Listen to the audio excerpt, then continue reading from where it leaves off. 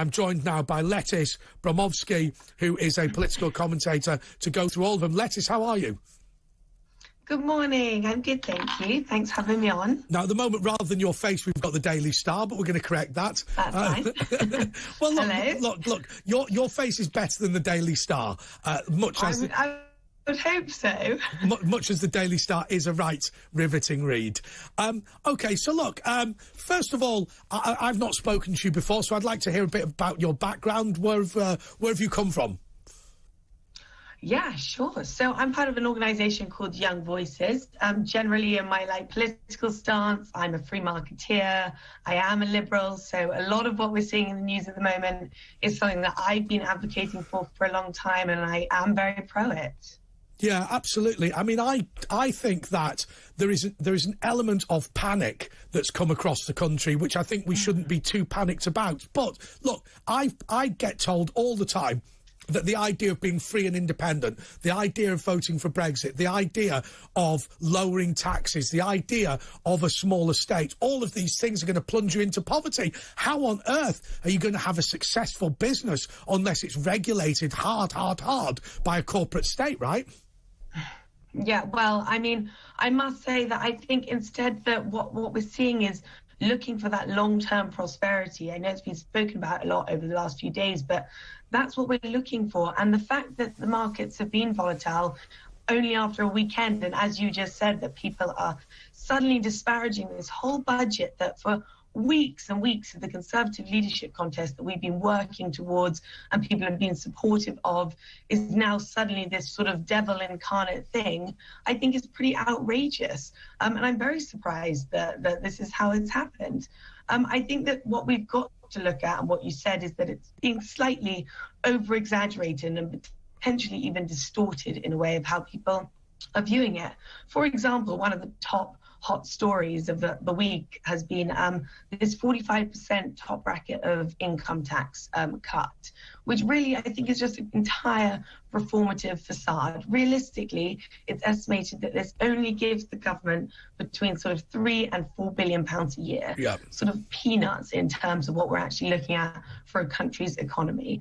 And as you're saying, that banker's cap, it might be very unpopular, but again, this sort of media storm that's happening around it, the banker's bonuses cap realistically doesn't affect anyone except the banker who's getting his bonus. My concern, Lettice, about bankers is very simply this. I don't have a problem with you being remunerated the commensurate amount with your talent and the scarcity of your ability. My concern is what we saw leading up to the 2008 financial crisis was this. Mrs. Miggins goes down to the bank and she receives 2% interest because she believes that she is investing in a low-risk investment. What then happens is the person who takes that money puts it in a high-risk investment and then makes a load of money off that. Now, it does not take any form of genius whatsoever to lie to this woman, pay her for a low-risk investment and then put it in a high-risk investment. But what makes it even more egregious then is when the high-risk investments go wrong, which they do every now and again, and that's a legitimate thing. When they go wrong, you then just hand the whole bill to the government and go back to your £10 million mansion. Now, that requires no financial expertise whatsoever. Any old spiv off the street could do that. That's my problem with bankers' bonuses. I completely understand where you're coming from, but can't you also see that the situation we're in currently needs a big overhaul? We need huge change. Everything that we've seen over the last 2 years, and a lot of that has been influenced because of COVID, has meant we have this stagnation in our growth. It means that we have huge amounts of borrowing because of all the spending that we had to do, really, during COVID. And so we do need this significant change. And the mini budget that came out, another big point is that it's just for the rich. And like you say, the rich are earning this £10 million and they get to go back to their houses. It doesn't affect them. This I don't believe to be true at all. There are other parts of this which will be helping everyone. Freezing of the green levy on energy bills, that's going to help everyone with their bills this winter, particularly those who are really struggling.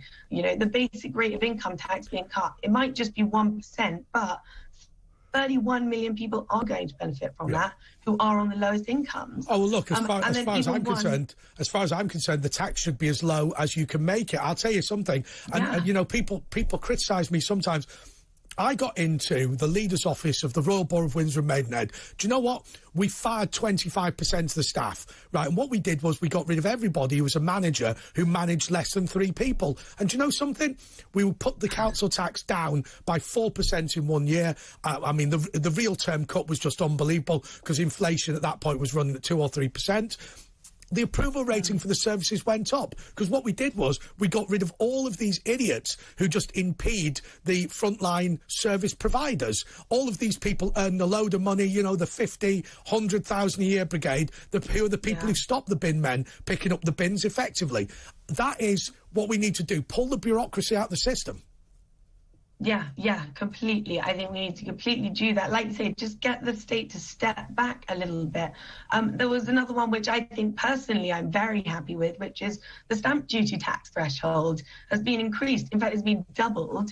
And if you're a first-time buyer, sort of someone around my age, I'm definitely looking to get on the housing market at some point. This has gone up to about £425,000, which is absolutely just wonderful. And these things that people in the media sometimes have a tendency just to focus on potentially the negative or the fear or where they think the story is.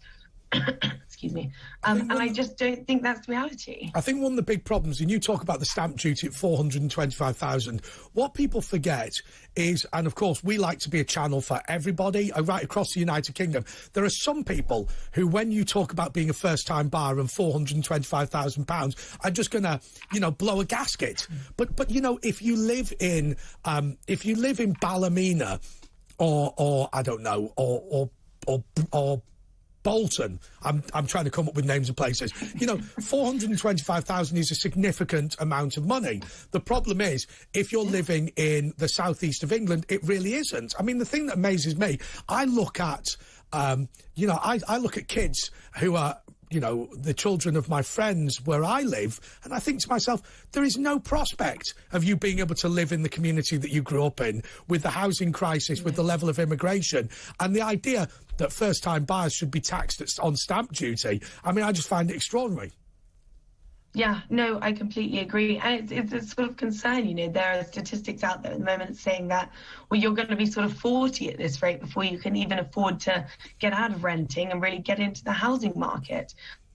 And this whole mini budget, as they've called it from Friday, is looking at that long-term prosperity.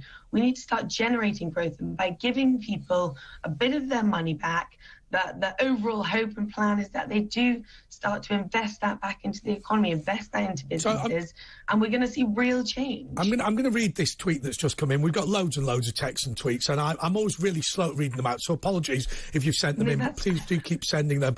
I'll just put this to you.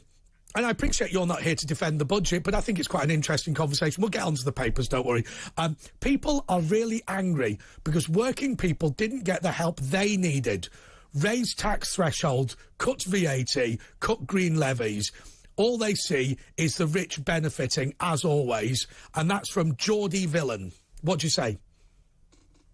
I don't think it's fair to say that it is just the rich benefiting from this. As we said earlier, there are other parts that aren't the focal point right now that came out in the budget that are supporting other people. And this goes also to say about the energy bills and giving people that £400. There are still things from prior to the budget that were there that will support people at the moment. I think that it's sort of turned into one of those media storms where people get all wrapped up in the idea that it's only the rich benefiting from a 45%, the highest rate of income tax gone. But it's so much more than that. And I really think this is something we've been advocating for a long time. And frankly, I think it's an important thing that needs to work at this stage. I have to say, there's somebody going absolutely crazy on Twitter who is under the impression that I was a campaigner in favour of children receiving the COVID vaccination. Slightly bizarre. Do you know something? I never got the vaccination myself, simply because I never got round to it. But as I always say, if you take medical advice off a political commentator, congratulations, you're an idiot. So I would never advocate that. Well, look, So, look, Lettice Bromovsky, we're still going to be chatting to you straight after the break. We're going to be going through all the front pages, and Lettice has had a look at loads and loads and loads of stories within the papers, and there's lots going on. If you it's got to stop. I'm still joined by Lettice Bromovsky, who's going to be going through the front pages with me. Oh, and there you go. We've got the phone number up as well if you want to get in touch. We've got the phone number over Lettice's face. But there we go. We've got rid of it now. Perfect. Hello again. OK, so let's go to the front pages. So first is the front page of the Metro, which is the pound quartanks. Now, look, we talked a little bit about the mini-budget a second ago, Lettice. How worried are we about the pound going down in the way that it has compared to the dollar? I think that we should take this sort of with a pinch of salt, and that it will potentially spring back. Like I said just before the break, it's only been the weekend, but it is important to think about this in a sort of right context, and that the dollar is particularly strong right now because of recent interest rate hikes that they've been doing by the Federal Reserve. So it's not necessarily that the pound is weak, although we did see it go down. It did recover slightly back to that 1.07, 1.08, I think it's at. But it's not just the UK that's been struggling with the strength of the dollar.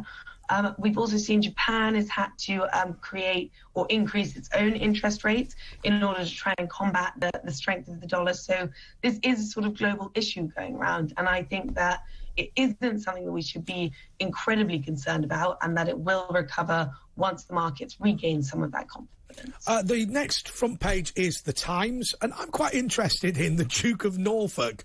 The Duke of Norfolk, I have to say, so he's in charge of the coronation and indeed was in charge of the funeral. But what he's done is pretty egregious. He had 9 points on his licence, and then he ran a red light, I think, whilst on the phone to his wife and cut up a police car.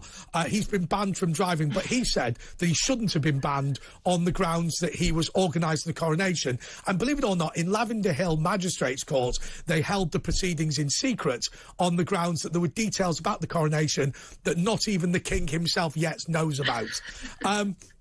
Is this just an old fogey trying to swing a lead, or should we have some sympathy with him? I mean, you know, in some ways, if it was just a normal person saying they were organising a very important funeral that was very important and close to their heart, you would feel a bit sorry for them that someone had died. However, this feels, if he's already got those 9 points, that this might be a bit of a reoccurring theme going on. I mean, I suppose there is one element. Potentially was, I don't know when this offence took place, but potentially he was distracted by the fact he was organising a big funeral, you know. But at the same time, potentially, I have to say it didn't sound very safe what he was doing. Anyway, on to the Guardian. Once again, we've got Kwasi Kwarteng. I don't want to labour that point because we've already talked about it. But also this Starmer, Labour is the party of the centre. And I'll just read this because people won't be able to see necessarily on their screen. Keir Starmer will attempt to take on the mantle of Tony Blair today by describing Labour as the political wing of the British people, as he is accusing the Conservatives of losing control of the economy and ceding the political centre. Look, is he right? Is Blairism back under Keir Starmer?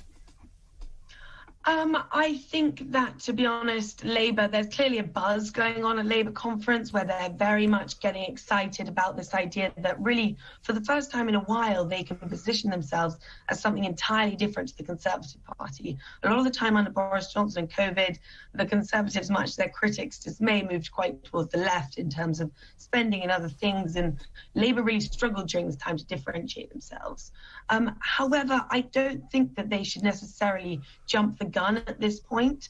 We're seeing that there is a lot of tensions within the Labour Party, and there's clearly differing opinions on what policies should be taken forward. I mean, on Saturday, for example, we saw Angela Rayner sort of imply that this 1p cut to income tax would be cancelled, yet Keir Starmer has come out and said that wouldn't be the case. We also he was concerned, just to interject, he was concerned about being accused of being a high-tax socialist. That's the reality, isn't it? Well, yeah, definitely. And they have a lot that they want to veer away from the 2019 election when it all went very wrong for them, let's say, and they veered far too close too far to the left, under Jeremy Corbyn. But, you know, there's other tensions as well about, for example, whether Labour should be out joining the picket line. Yeah. We saw all the tensions over summer and the strike. Sam Tarry was actually sacked over this in July because he went out and was on the picket lines. 25 MPs outright defied Starmer's plea not to go to the picket lines. So there are these issues and tensions going on within the Labour Party. And I'm not fully convinced potentially that Keir Starmer's the person to take Labour over the line, give them this election victory. Well, you said about the left in 2019. I have to say, I genuinely believe, as somebody who's originally from Lee, who've got a large number of friends of mine who've now been elected as Conservative MPs, I have to say, I think it was Keir Starmer's policy on Europe that actually brought in the north of England. Look, very quickly, I just want to have a look at the Daily Express because we are going to go to the news. But don't panic, I've got a plan to cut the debt. Kwasi Kwarteng, it's same old, but of course he is trying to steady the horses with the right-wing press, right? Yes, absolutely. He's clearly trying to, whether it's been down to sort of threats from the bank or potentially what we've heard of other Tory MPs whispering for votes of no confidence letters, which, you know, I hope is absolutely not true because we can't ever get to a place where our PMs are replaceable, sort of like a Chelsea football manager. But he has promised to lay out this further medium-term fiscal plan towards the end of November. So we'll have to wait to see if that really is a solid plan. Well, I have to say the best thing you can do in government, in my experience, is to inflict poverty upon them, because the problem is in business there's a profit motive. In government, the big motive is to have a bigger department with a bigger budget, and if the money is simply not available, then that drives things down. Look, Lettice Bromovsky is still going to stick with me for the paper review. I'm sorry. Anyway, going through all of the newspapers with Lettice Bromovsky, who is from Young Voices and is a political commentator. Let's run through these relatively quickly now, because a lot of the stories we've already seen. This is the Mirror. Out of control. They say that the Conservatives are responsible for an economic disaster in the United Kingdom. Pound at record low after tax cuts for the rich. Budget sparks market chaos. The Daily Star, I mean, I quite like this, is Honey, I Shrunk the Quids, with a picture of Kwasi Kwarteng and a clown nose on. Then we've got the Daily Telegraph. Spooked lenders ditch mortgages in pound chaos. I mean, how worried are you, by the way, Lettice, about the fact that mortgages are now going to be less available than they were before? And it wasn't brilliant before, was it? No, it definitely wasn't brilliant before, although those articles on the front pages are saying that they've removed currently what their mortgages and prices are on websites or places, banks like Halifax. They are expected to return towards the end of this week. So they're not going to be gone for long, and obviously when markets change and things change, they do have to be adjusted slightly. But I think that that's more a normal part of banking rather than something that should be so shocking and horrifying that the market should suddenly, or the consumer should be terrified. I just wanted to show you one final one, which was the Daily Mail. Fury at the City Slickers betting against UK PLC. This is the whole concept of short selling, which very few people understand, but it's very, very simple. You just bet against the market and make money when the market goes down. Look, I'm relatively relaxed about this sort of activity as long as it's your money and you're not ripping off the taxpayer or handing them the bill when you screw it up. Yeah, I mean, as you say, betting against your own currency in a way, it feels wrong. It should be sort of wrong, but it's sort of part of their job. If it's your own money and it's something that you want to do, that's sort of part of the free markets, really, and the free choice that we advocate for so much. OK, so what have you seen on the inside pages? One of the things that I've definitely seen at the moment is obviously the general election that's taken place in Italy from yesterday. And Giorgia Meloni yesterday came in with her party They got 4% of the vote 4 years ago, and now they are up at 26% of the vote, far ahead of their rival, who got sort of 19%, meaning they do have this clear majority. So I watched. However, I watched the speech by her when she was talking about the right for a mother to be a mother, the right for a woman to be a woman, the right for a man to be a man. The way that she said that her country, her religion and her society was being destroyed by the political left for no better reason than they just hated the country. Look, that resonated with me, but I've heard that, you know, some of her background is in the far right. Is she a goodie or a baddie? Well, I certainly don't think that she is a baddie. Like you say, her background when she was younger, that she was associated with some neo-fascist party. But in many other ways, she sort of stands on her own merits and expresses her opinion. There is an article in The Guardian which is saying that people are concerned over human rights because of this. And I think that's just a step too far, and I don't think that's true in any ways. She isn't going to pull out of the EU like people are concerned. She has already said that she's not going to start tearing up women's rights. There was a lot of concern around her stance on abortion. She's anti-abortion, but she said she's not going to revoke that at all, and that there's sort of no evidence to suggest that she's going to implement any radical. But I mean, on the issue of being anti-abortion, I mean, I get criticised around here for being anti-abortion, but you know, look, I don't believe that criminalising things necessarily stop them, and so I believe that we should be supporting people who have unwanted pregnancies. But look, you know, at the end of the day, the Catholic Church is pretty firm on this, and Italy's a Catholic country. I would have expected the Prime Minister of Italy to be anti-abortion. Well, there's no way that, like you say, that making abortion illegal means it doesn't happen. It just means you're going to get more deaths from it, more backstreet abortion houses popping up and things like this. But she does have to remain cautious, as they have got currently about £200 billion loan coming in from the EU to support them with their economy. And so she has said that she's going to continue with the policies of her former Prime Minister. But obviously Germany and France are feeling particularly prickly at this time. We've seen statements from Macron, which, I mean, they're saying that they're positive, but they're coming across rather frosty in inferred meaning. But Italy, I mean, is famously... Actually, Italy's one of those places, I was about to say it's famously unstable, but that's not true, is it? Italy is famously a great place, and it's also a stable place, and it's a place that is comparatively wealthy. It just doesn't have very good governments. Yeah. And you know the thing that amazes me about Italy? It never seems to make that much difference, does it? No, in many ways it doesn't. And what we've seen, there hasn't been sort of any outrage that she's been put in. There hasn't been any riots. She's did a lot of what Boris did, actually, in 2019, where she's managed to win over parts of Italy which have for a very long time been predominantly on the left or left-leaning, or they've been won by left voters. So what she's done is in many ways quite impressive. And she's the first female prime minister, obviously. These should be things that we should be sort of praising Italy for, you know, progressive of them perhaps, but this might be a good move, and I guess time will really tell on that.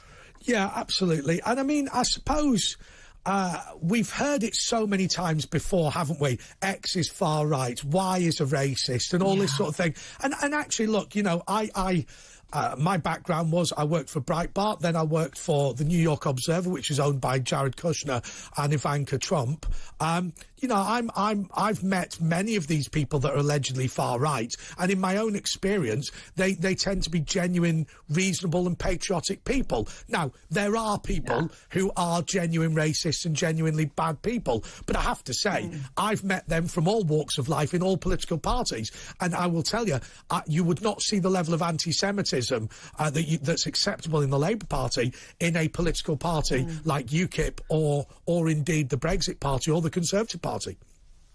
No, I know what you mean, and in many instances, and probably in this one, the term far right, radical right, is almost used to put down someone else's opinions in a way, make sure that they're not very convincing, because they must be just a far right or a radical person. So, you know, they can't be believed, or they should be this terribly bad person.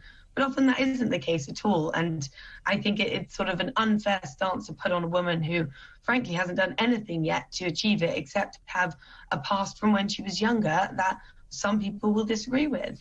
Absolutely. Look, we're going to go to a break in a moment, but I just want to read out some of the tweets that have come in. I think this is interesting from Namron, who says that they're a pro-EU #rejoin, but, well, welcome to the show, but the Chancellor met with hedge fund managers 3 days before he took the measure that shorted the pound.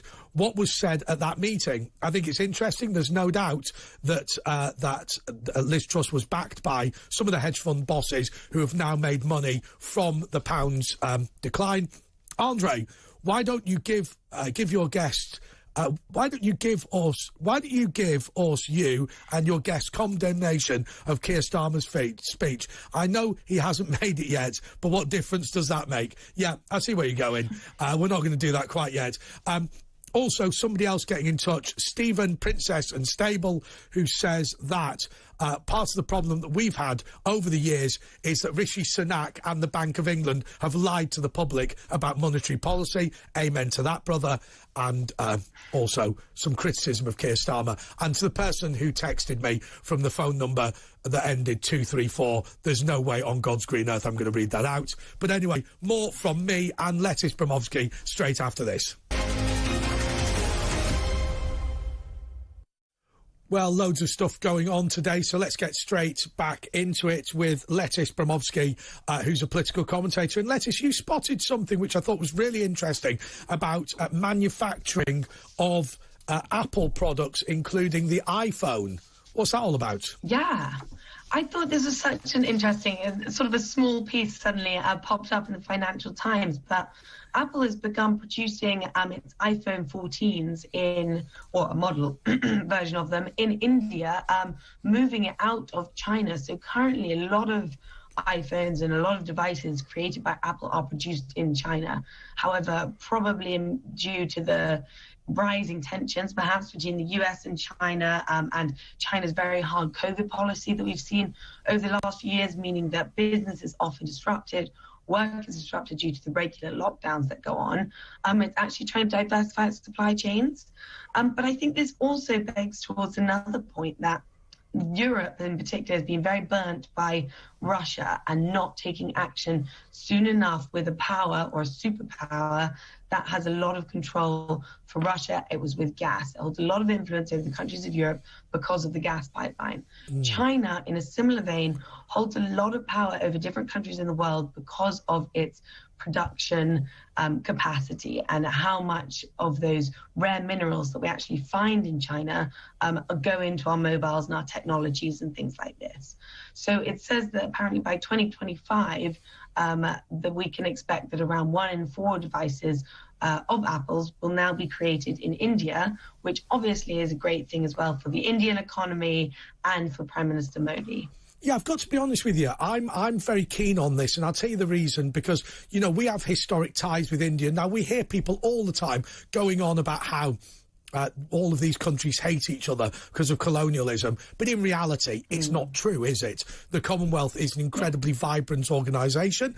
The person who was really the architect of its expansion has recently died, but actually the Commonwealth itself remains incredibly strong. I don't personally care whether Commonwealth countries remain with King Charles or the British monarchy as their heads of state. I don't think it makes a big difference. I probably would if I was Canadian or Australian or indeed from the Caribbean, but I don't think it matters overall to our relationship with these countries. So it's good to see countries like India driving forward because, you know, at the end of the day, whatever you say about India, and it does have its problems, but, you know, it remains a democracy and a stable one at that. No, completely agree. And it does, as you say, it remains a strong ally of ours. And that this will essentially, it will boost domestic manufacturing for them. You know, it will create jobs within their country, allowing them to have that growth and increased foreign investment. And they have been running a big campaign at the moment in India called the Make in India campaign. And it's clearly paying off. And I think Apple is such a influential brand these days that other companies will follow suit. They'll think, if Apple's doing this, we can do it too. If India is willing and capable of manufacturing our products, I think there are many businesses that do want to diversify out of China because it is in many ways a volatile, sort of dangerous state there. People don't trust what might be going on. They don't trust how long their businesses will be able to function there. And now, as we've seen in Russia, they'll want to get ahead of that in advance. Yeah, and also you look at the behaviour of China. I mean, you know, it's very hard to do business there without the theft of intellectual property being fairly widespread. You look at things like WeChat, which, let's be honest, is the proprietary technology of the people who came up with WhatsApp. And, you know, you see time and time again all these things. I mean, I get into trouble because I've got a Huawei phone, and the reason I've done it is because they're incredibly cheap compared to other models, and more so now because of the sanctions. But you never get the impression that the research and development was done locally in China. The biggest export of the United States of America, I'm sure, to China would be intellectual property, but they just steal it. And similarly, I think Portugal gives more in royalties to British music acts, which are big players, than the whole of China, which of course is a staggering thought. Yeah, no, completely agree. And then there's other things on top of that as well, and that China as a foreign power is a rather dangerous entity. We've seen the issues that have been going on with human rights. We've seen them interacting when the Taliban took over in Afghanistan. One of the first countries to reach out and engage in a meeting was China's foreign minister. Yes. They're willing to interact with powers that we would definitely think are dangerous powers or extremist powers. And I think that's kind of dangerous when you're willing to put sort of your own country's, I don't know, potential growth or power above any other policy implication or your people's welfare or anything like that. If you're willing to put that first, I'm not sure that's someone we necessarily want to be in business with. It's remarkable that, of course, the Taliban didn't have a problem with the abuse of the Uyghur Muslim minority. Anyway, look, at the end of the day, the idea that some of these Islamic fundamentalists are hypocrites, I think, is fairly widely established, and we shouldn't necessarily be surprised by it. What else have you spotted? Gosh, in the other news, those were my top ones that I'd actually... Well, actually, what you're doing is you're pulling the curtain back now, aren't you? Because I actually know what you spotted. One of them that I was really interested in was actually Labour Party is dangerously underestimating Liz Truss's Tories. And the reason is because, of course, it is Labour Party conference week, and I know I keep going on about it, but the reason that I think it's so important, I'm glad Julia Hartley-Brewer is down there, is because they're 17% ahead. But, look, you feel that potentially Keir Starmer might not be doing as well as he thinks. So there was one thing that you actually said earlier when you were reading out some of your tweets, was that, you know, they're 17 points ahead. This is excellent for them. But Labour aren't 17 points ahead because of any great initiative they've done or any strong following or policy they put forward. They're 17 points ahead because the Conservatives have failed to keep those voters. Yes. The Conservatives have failed and they've lost confidence in the markets. And that is the only reason that I believe that, or that factually, that Labour is ahead right now. And they haven't been seen to be putting anything in place. There was Rachel Reeves' speech yesterday, which all felt very sort of pompous and strong and we're back, but it didn't give any details. It used almost sort of trigger words of a conference like Greener Britain and pro-business but pro-work. But hang on a second. They are mid-term, right? They're not going to give away their manifesto yet. What their job at this stage is to throw rocks at people and then hopefully debunk the government. Well, but they've also been out of action for 12 years. In order to be voted in, you're going to need a little bit of something along the way to give you a bit of confidence in that.